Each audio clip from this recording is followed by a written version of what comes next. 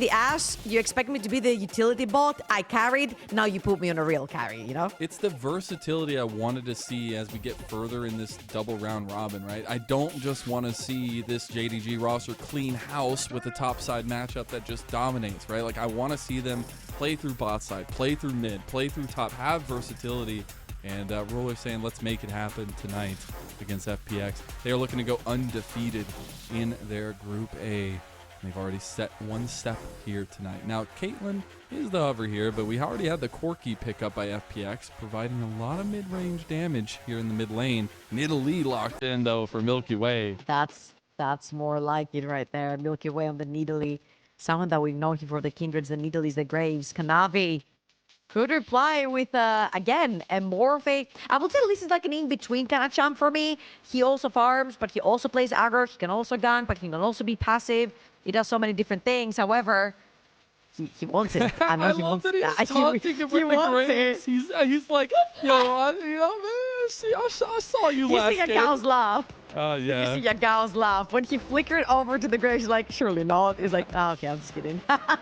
The LeBlanc locked in for Yagao, another pick he's chosen already. This split provides a lot of side laning pressure there, but Kanavi is definitely the one to go to here with this composition so far for JDG. And as we said, it's a bit of a boxing match between these two junglers. I think round 2 is going to have a lot in store for us. Ooh, AD carry picked right here. And if this gets locked in, which is going to be the Aphelios in the end, they're going more for a teamfight-oriented carry. I'm expecting a very heavy load on support bans right here, the Nautilus being one, and probably Leona from the side of FPX that they want to get rid of.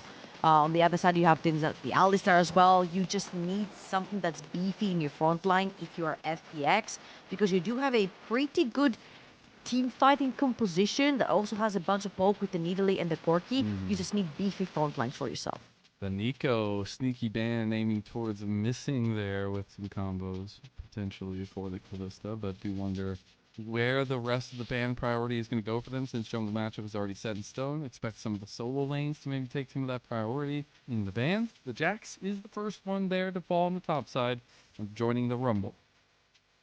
I just wonder if we're going to see something like the Camille type of top lane, a Twisted Fate type of top lane. We have some Jace bans, we have some Jax bans. These are very specific bans curated towards the top side of the map. The Santi ban from the side of FPX. And it could be something like even an Ornn towards the top side. I think you really, really rely on having some sort of engage coming through that top side of the map, that you need to pick something that's a little bit more tanky, has some reliable engage, something that will be in front of that Aphelios so he can pump out the DPS. Giving bot lane a pretty stable state for FPX could be really important, especially when you're going to be playing so far forward, it feels like, for MilkyWay. There was a lot of trading back and forth last game. Now the Camille locked in for FPX. I mean, that could also be a bot lane Camille. Not necessarily the best pairing that we see with Aphelios. However, the early game from Camille, especially as support, can shut down champions like Kalista if you all in on that level 2 with Ignite, or level 1 a lot of the times with Ignite as well. We were talking about that earlier. The specific bans, the Jax and the Renekton, do call out some sort of TF towards the top side of the map. And again, they're bringing out things that they would normally play with Flandre, but giving it to Sheer. And I really like that because, again, every time we've seen Sheer, it feels like he's just another glove on the hand. It feels like we're not missing a beat with this roster, and some of that cohesion with a 6-man roster can really help.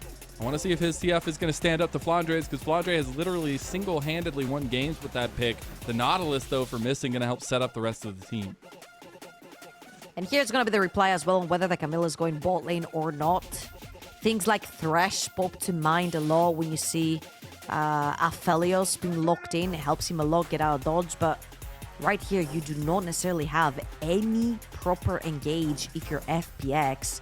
You've got a Camille that's diving into the backline all alone, and Rel, at least, that you have some sort of form of engage now with the likes of Rel that can go deep with your Camille, create that space for the rest of your carries to do the damage. However, I'm looking at JDG, and if I take the nameplates off, this looks like a BLG to me. I've seen On take the L every single time BLG plays because his entire team is having fun on carries and he is the engage and disengage duty. This time around, it's going to be missing. What I love about FPX's side is the bot lane that they've drafted for themselves. It's a classic for Ruler and Missing. It's also something that Ruler has dominated the LPL ever since he came in. Even in his first split, he was making highlight reel after highlight reel on this Aphelios pick, but this time it's also a differing in approaches to bot lane. You have a very stable team fight style waiting to get those big item spikes on the side of FPX, whereas it's the go button central, it feels like, for JDG. Also, so much split push, right, from JDG. You've got the LeBlanc, you've got the Twisted Fate on the side lane, you've got the Kalista that wants to play aggressive. I just love how much pressure on the map in general they have, whether it is through straight up fist fighting you with the Lee Sin and the LeBlanc, whether it's through bot lane dominance with any Kalista lane that you want to name, or whether it's later on through split pushing with LeBlanc and Twisted Fate. FPX are going to have to think really quickly in terms of macro and how they want to approach this game. They will have the Camille for Xioalaohu to have some of the answers into the side lane. The execution of that is the most important. We have the final series of Group A underway. JDG 1-0 up already. See if FPX can fight back.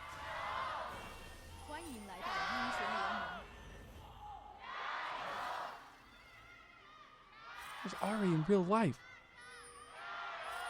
Where's the mirror? Quick. Love to see. Find him. Yeah, I'm sure he's somewhere associated with LPL right now. But the level ones we've seen, the non-lane swaps we've seen, and it looks like we're getting a little bit of both here potentially, with some pings from Kanavi going for some vision on top side. Yeah, you definitely want to spot the Nidalee. Nidalee is one of those champions that's like,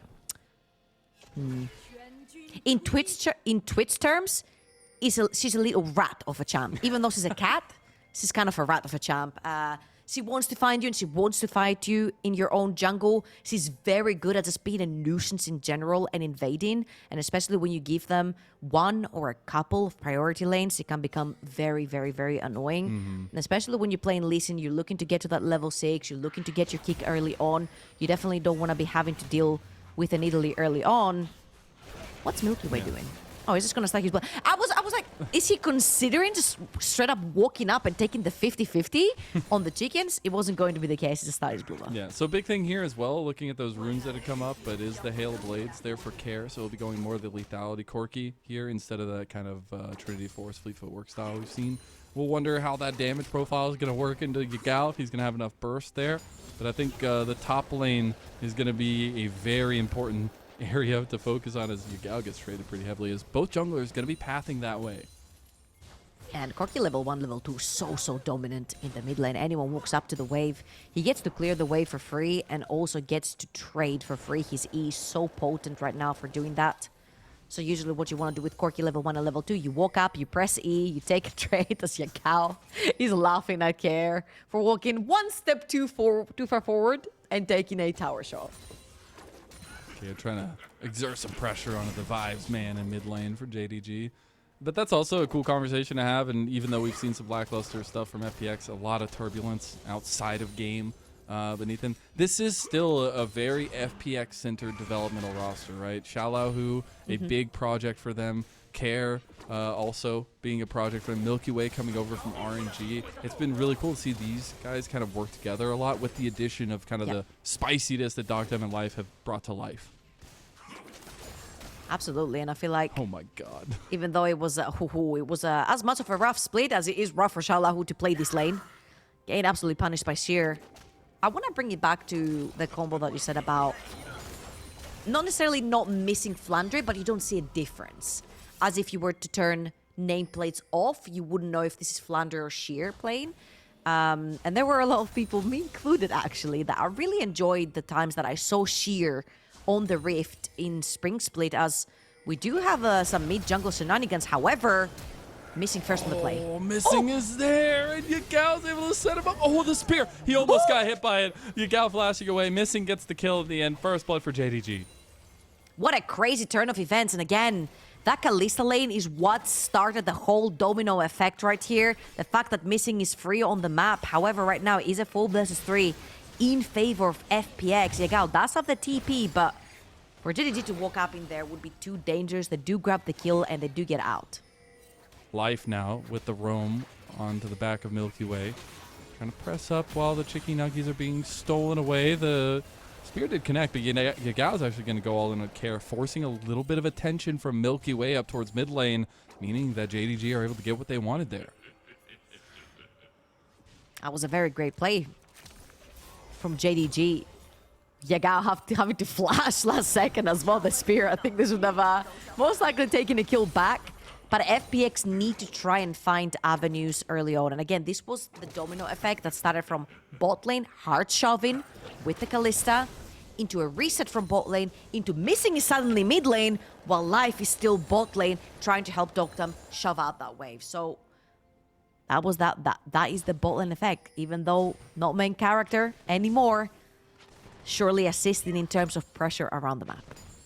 And they're going to look to have priority down there to push up to the Dragon because Kanavi's already down that way. Kair's actually going to go Valkyrie on the other side. The chain does connect, so just some more health trading here. But this will also have another domino effect onto the bot side potentially, as vision is aplenty for FPX, but there's just not much they can do about it. Yeah, I think it's like bot lane kingdom at this point for JDG. In game number 1 and in game number 2. They have freed themselves twice. Once to take control of that mid lane, get that kill onto Kair, and now twice making sure that they secure that early dragon. And again, not allowing Nidalee to be a nuisance early on. Caught the crash down. That feels real bad. That's the flash out from Life, but it's not going to be that easy. Ruler's not going to let you go away. The heal at the last second there. Huge stuff from MilkyWay with the Primal Surge. MilkyWay being around, the support that no one expected, but apparently Life needed right there to get out alive. MilkyWay has to stick around, which gives a lot of freedom on the map to Kanavi. Kair in a lot of trouble. Kair's going to flash out there. Valkyrie with the combo. He makes it out alive. FPX barely living multiple times. They're ceding pressure on the map, but they're surviving. They're surviving, but what are they giving away? Right now, Kanavi gets the free card to go wherever he pleases. Yagao still sticking around. This is going to be probably 1 or 2 void grabs for Kanavi. He has Sheer perma-shoving the top side of the map. That Camille has not been freed. 1 already taken away from Kanavi. He's going to dip back into his jungle. 10 CS lead for Sheer, 10 CS lead for Ruler. Sheer about to be punished, though, for his overextension. Going to burn his flash early, and FPX have no follow-up because they don't have the combination for Light. He has no flash any longer. However, that is double Summoner, and MilkyWay is going to stick around towards the top side of the map. Now you have Xioalaohu level 6. You can lock down that Twisted Fate, try and get a kill over the top side of the map, trying to get that Nidalee or the Camille going. Oh, Kanavi just he's just jumping back in. So it's 1 for 1 right now. It's going to be MilkyWay that gets the better of him. We've seen the early objectives go MilkyWay's way. This... I love this because Kanavi is just not giving him any space to breathe. He went back to base, picked up a pickaxe, then instantly started invading. You taking the pressure back onto that Nidalee, especially when you know that members of FPX will have to reset on the map. They knew that Life was no longer around in the play. They knew that Xioalaohu would have to reset for that one as well. So they had information that MilkyWay was most likely alone. Now they're looking for Kair. Kair doesn't have a flash from the previous exchange. Oh my god, there's so many members here. Oh, the Valkyrie with the calculation, but that's going to be a kick to the face, and Kair goes down, missing, claims a second kill of the game. Meanwhile, we got him out top side with a beautiful Destiny, and the little kid is a big man now. Man, Xioalaohu had no more CC. They wasted it all onto that engage.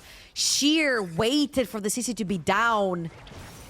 Oh my god, it is so hard to watch. 2,000 gold in the lead, 8 minutes in, through just sheer fist fighting and advantage taking on the top of the map. Sheer is going to take both the CC. He's going to wait for the ultimatum to run out, and then he's like, okay, they have nothing else. I'm just out. What a Chad. I love to see it from Sheer, able to play with that pressure. Does lose a little bit of the laning advantage he had, but it's everywhere else that JDG are getting advantages. I'm not gonna lie to you, I don't know how FPX move forward from here. They tried to play around mid lane, their mid jungle is just better from the side of JDG. They try to play for top side, they do. Sheer, no summoners, sure, no problem. He's out anyway. Bot lane Kingdom the entire series. Now Xioalaohu is trying again, he's 1 level up. He's auto-attacking back, though. Sheer able to put some damage back if he does want to. Nobody can come to save this fight any longer, as we're getting all kinds of presence around mid. MilkyWay going for another full clear here, as Kanavi has completed his back. You're just going to have to find a way to be creative on the side of FPX. Just look on your map, look at the summoners gone. There is no flash onto that Kalista. There is no flash goes towards Sheer, and this is exactly the target they're going to choose for this fight as well. Come back There is, however, again. a control ward. The ultimatum is still not up. Oh, Xioalaohu goes for the play, though, to slow him down. Hook shot into him. The spear not combining, though, but he will rip him to shred. No, wait! He gets out with the bird, but MilkyWay will throw one more spear into him, and FPX finally get on the board. Oh my god, that was too close for comfort. They took 2 members up top to try and shut down Sheer. He got out. They took 3 members. They made sure that they pinned him down this time for sure, getting that kill onto MilkyWay, onto that Nidalee. Getting him as fast as possible towards that first item, which is most likely going to be a leech bane for him. Kanavi now heading towards the top side. Now there is an ultimatum and there is a Nidalee around as well. He doesn't have much mana, though. He's only going to have enough for a couple combos. Xioalaohu needs to find a way out to MilkyWay. MilkyWay's there, so Kanavi immediately backs away. No, he wants it! He's playing with their minds right now, as we do have another episode of the Grubby Tubbies coming up here soon. JDG are already here in position.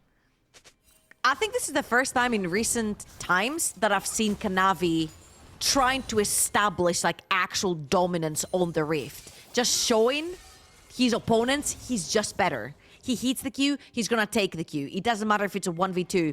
He sees Void grabs, he's going to dive onto MilkyWay. It doesn't matter if he has no teammates around him. I feel like Kanavi is taking this particular matchup maybe personally, because especially in Spring Split, when MilkyWay came out, everyone was like, oh, he's the new best jungler. Kanavi who? We don't hear him anymore. Mechanically, he's just better. And Kanavi, I guess, he took that personally. Yeah, I want to take a look up here, though. This play has been developing for a little while. We saw MilkyWay walk his way up here to try to punish here. They realize he has Destiny.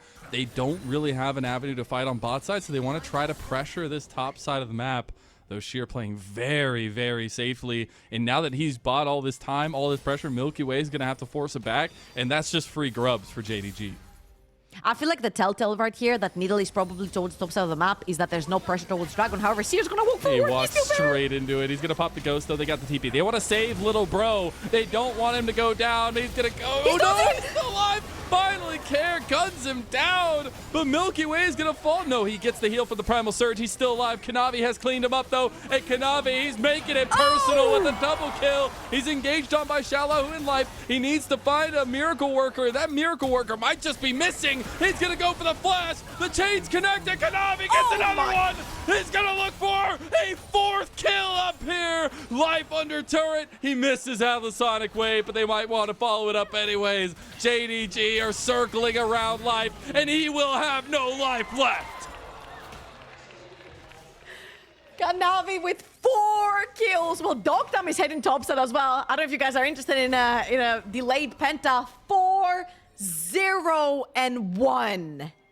This man is absolutely the best jungler LPL has to offer. Saying that, Ruler caught in the back here. They nicely timed the TP down there. Ruler gonna hop skip his way. He's got flash. He's trying to get out. One more auto, one more spear. They can't do it. They can't. The man sets the bar and the standard for ADC in the LPL. Sheer is now looking at Deokdam. Deokdam has both summoners. I don't know if Deokdam can get out of this one, though. He's trying to pull his best Ruler, but he is not like him. And Kanavi gets his 5th kill of the game in short time. You know what? Kanavi is him, though. 1.6 thousand gold ahead in his matchup. 5-0-1. Yagao about to face check life. Speaking of setting standards, Kanavi is the best jungler in the LPL. He has consistently been that, even if they had a lackluster finish in spring. I know that bites them to this day. And again, this is their revenge tour. It feels like a revenge tour every time they take to the Rift, and it feels personal. Kanavi will take another 3 grubs. So it'll be 4 total for them there. They will get the Might spawn, and Shear's doing his job in the side lane like you had mentioned from draft and getting a turret. Absolutely, and I feel like FPX are trying to pull triggers right there. They're like, oh, we'll keep MilkyWay in this brush for like 3 years. Maybe Sheer walks up. Sheer dodges everything. He dodges that, he dodges the jump from Italy, he dodges so much that the entirety of JDG has time to come up, but at what cost? Everybody's been taken too far down in terms of HP. MilkyWay's 1 HP under tower, gets sniped by a Q from Lee Sin. Then it's Xioalaohu's turn. They turn on to Kanavi. Kanavi's just too strong. He likes us too much with E. It's like, it was insanity. Everything worked perfectly for JDG. Everyone kept diving forward from FPX. They tried to pull a JDG on JDG, but they can't just do that. Now we're almost at 2 items there for Kanavi. Everybody else having their first items completed. 2 items? We're still waiting on a couple completions from FPX here, especially MilkyWay, who is going to have a really hard time being useful here. Now we set up for FPX a lot of poking and team fighting around objectives, things like that. Get Deokdam to a place of synergy with the rest of the team, but MilkyWay not having strength on the map makes it very difficult for him to have a meaningful impact. This Kara's going to find Yagao on the side with a little Valkyrie. Going to get a slow down there. Not able to follow it up. Oh, they're looking at Xioalaohu. Ooh, the flash play in the middle of the hook shot there too. He's going to pop that, but it's not enough. Xioalaohu down to Sheer, and he will get his first kill of the game. And you know how we said at the very beginning of the series, JDG is a very dominant team, but they do it in their own fashion, which tends to be sometimes a little bit slow. They like to be calculated. They need to make sure that the plays that they make are 100% within their reach. This game has been an absolute stomp so far. I'm gonna call it exactly what it is. 7,000 gold lead, 15 minutes in. They have been absolutely everywhere. Everyone's been doing their job. And it all started by Ruler freeing missing on the map. That first kill that went over to Kanavi with snowballed over the top side of the map. Sheer absorbing all that pressure. It has been JDG. It's always been about JDG in this series. It truly has. And for JDG, it's always been about Kanavi at this point in their organization's history. The man has been with this team for 4.5 years since his time on Griffin. And it's been a wonder to watch the team mold and shape around this guy. He's set the mold, set the tempo for jungle so many times in so many different splits. And now he's continuing said domination in this personal vendetta against MilkyWay on their way to an absolutely dominant first round. I feel like it's crazy how you can see that Kanavi is very strong on the Rift because you're feeling it. He's 2 items in, no one else has 2 items. Just his AD carry. And his AD carry's items are cheaper than his, even. You can see the strength of that Lee Sin. He's constantly looking. He's throwing Qs. If he throws a Q and he hits it, he takes it. Also has missing around with him. They found Deokdam. Ooh. If Kanavi is there 1 second missed. before that, Deokdam is dead. Absolutely and totally. We do get the Rift Arrow popped up in mid. Missing playing with so much confidence. He literally sees 3 people in front of him, but the ward is more important, and he could just stand there and take it like the confident man he is. Those bites representing the Twitch chat swarm here for the JDG fans as they crash into the 2nd tier turret. They're just waiting for an overstep. Xioalaohu, he's got the flank. Can he make the difference? This is the engage you need. FPX, they've got Xioalaohu there, but depth charge goes straight onto the back onto Deokdam, and their wallet's just too damn big here. Care can't even get back into his base. That Moonlight Vigil might just be a vigil for FPX's death, as Ruler and the rest of JDG are just absolutely toying with their food. They will go undefeated in this first round, and they will claim absolute dominance over this entire group. Hey, with the back-to-back performances that we've seen, they are over 10,000 gold up 18 minutes in, and FPX have been snuffed down to ashes. Absolutely, and this last dive onto MilkyWay from Kanavi, it kind of felt personal. Was it just me? It kind of felt a little bit personal. 6-0-5 for the undisputed GOAT of the LPL. Kanavi, he has pretty much paved this entire game with his Lee Sin pick. Asserted dominance from literally minute one, and Life has a pretty good engage right here, but it only lands onto missing, and the second that tower goes down, FPX want to get out of the situation. Yes, Xioalaohu had a pretty good flank angle, but JDG has so much money that if FPX cannot fight them underneath their towers, they will never have a chance. And there we go. That one was a little bit personal. Flash kick flash. The man's down in the ring. The ref's got to stop the fight at some point. The guy, I mean, he's just beating him to a pulp at this point. It has been. Hey, listen, FPX keep getting back up. What can you do? I guess that's the truth here. But I think an follow the rules. Undercurrent here has been Missing's Nautilus really clutch in this game in particular. I think Missing in general has been very active on the map, which helps Kanavi in a lot of these decision-making moments. We saw his first roams to mid, constantly pushing pressure onto Care as well. And it really has been a lot of these engages that help defer the attention of FPX to other sides of the fight. And for FPX, I also saw them pinging the side lanes as well. I think this is like a last-ditch effort to try and get anything going on the map. They're like, hey, maybe if possibly we can split push, we can make this work. However, how in the world? This is a 2-item LeBlanc.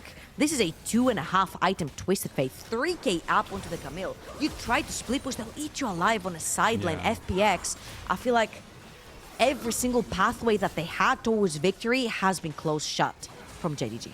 One fight loss and your game is over in this one. Now Xioalaohu. Oh my god. Oh my goodness. He immediately has to get out. That is one of your frontliners, by the way, for FPX, if you didn't know. Now Yagao looking to take down MilkyWay too. Chain connects, half his health gone. Primal Surge going to help him heal up a little bit. But this is the pressure Yagao on the LeBlanc has. And it's a different shade, it feels like, than the Yagao we were getting in spring. I like these variety picks he's giving and some of the different pressure he can provide. Now TP right back from him to make sure they get this tier 2. FPX have to run. Again, every time there's a tower going down, FPX have to back off. They have no business walking anywhere without the assistance of a tower, which means JDG is just going to keep choking them further inside their base. 11,000 gold they lead right now for JDG, and this is where the starving begins for the junglers, specifically for MilkyWay. You're already 2,500 gold behind, and now you're going to be getting deprived of your jungle XP and gold. Xioalaohu, oh, they see you. Hook shot. He's going to be able to get out, maybe? Oh! He dodges out of the chains! Oh, no, there's just too many. There's too many of them. He's going to die to Yagao. Okay, well, that feels a little bit bad. He tried to play that out, though. That was very kind from Kanavi as well for donating that kill over. You know, he came in, did his damage, he walked out sometimes like a gentleman. Sometimes a king, sometimes a charity worker, you know? Okay, how funny would it be, though, if Yagao's LeBlanc went 0-0-X? Whatever assist. That would be hilarious, because the amount of damage he's done, the amount of damage he's done in this game is insane. He literally dives forward and takes someone's entire HP bar. It's actually so insane. The other part about JDG's dominance of this Group A has not only been their winning streak, but also the fact that everything has been 2-0s. We've seen them adapt their style in different ways. We saw last game the Ashe coming in clutch, but it feels like it's because a lot of the meta picks right now fit really well in their wheelhouses. I mean, yeah, they can play a lot of different playstyles, right? If you want to rely on Yagao in pressuring his lane, being stable in his lane, being the playmaker for you, he can do that. I feel every single cog is working so well into this very well-oiled machine that's called JDG. And again, I have been a huge advocate for Sheer. I felt like he was given a lot of promise. He was given a lot of responsibility in spring, and he actually came out clean with it. If anything, I feel like maybe he was robbed a little bit of the time that he could have played in JDG over Flandre, and it wasn't the case over in playoffs. And right here, I think he's making a very strong case for himself, which was very needed for his development and confidence as well in the squad. Yeah, youngest player on the squad, newest player there too. Also, maybe the future of JDG in the top lane. Flandre still stoic and still stalwart, but Sheer stepping into his shoes just fine. This is so sad. That is the Baron gone to JDG. They'll burn that one down. Luckily, you know, Xioalaohu's getting something in the side lane. He's able to get a tier 2 down there with MilkyWay potentially, but the JDG squad is going straight up the gut and going down mid lane. It was a, you know that I know that I know that you know that you know that I know that you're doing Baron, but there's no way I'm walking into fog of war at all because everyone is going to die. FPX. They take whatever they can on the map. No! Oh no. Oh man, it's so Wait, what? But the clone, yeah, it's okay. Just Camille things, you know? He's tried. He's like, tried his heart out. He's tried his little heart out. All right. Man's had a rough split. It's been, you know, it's nice to see him at least give some try. Now, the thing is about JDG, and we brought it up multiple times this series, is they, for lack of a less fun word, they like to play with their food. Like they consistently find themselves 10K up.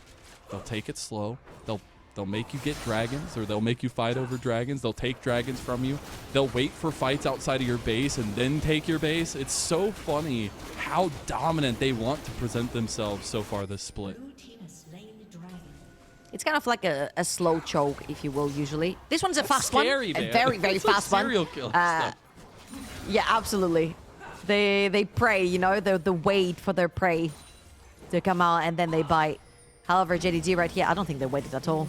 They just knew they were the better team today on the Rift. They have established how dominant they are on the Rift, and I feel like I'm liking this change of pace coming in from JDG because we have branded them as the slower team to finish games out of the top 4, if you will, out of the top 4 teams in general in the LPL. And this pace, this change of pace for JDG is very refreshing to see when they know they're the better on the Rift. Deokdam gets half his life taken. Kanavi goes in for the other half onto MilkyWay. They're going full in on Xioalaohu. There's some Baron minions still pushing in there. Another Sonic Wave connects and a double kill for Kanavi. Give him the Penta, please. He deserves it. The big Moonlight Vigil will help get one back on a sheer, but Kanavi wants more kills. Kanavi wants to secure it. Ruler will get one. Care putting in his best effort to stem the tide of doubt towards FPX. JDG on the doorstep, Ruler putting in the spears, Kanavi landing the Sonic Wave. There's the Dredgeline Lollipop, and you'll be sucking on that one for a while.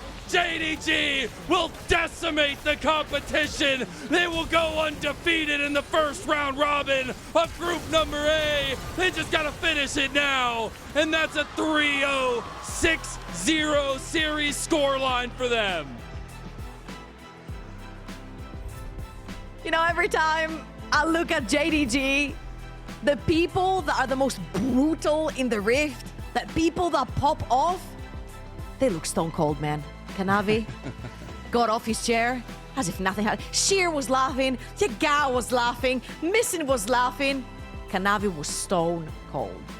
Because this was what was promised from JDG in spring. And now they're realizing it. Now they're bringing it to life. JDG looked absolutely and utterly dominant from game 1, from minute 1. They truly did. It was an impressive performance. Game number 1 took a little bit for them to appear so dominant. This game, they had like that 10,000 gold lead at 18 minutes into the game. And again, Sheer stepping in so cleanly, gives so much lethal versatility to this JDG roster moving forward and looking forward to the next round. They've had so much potential. They've now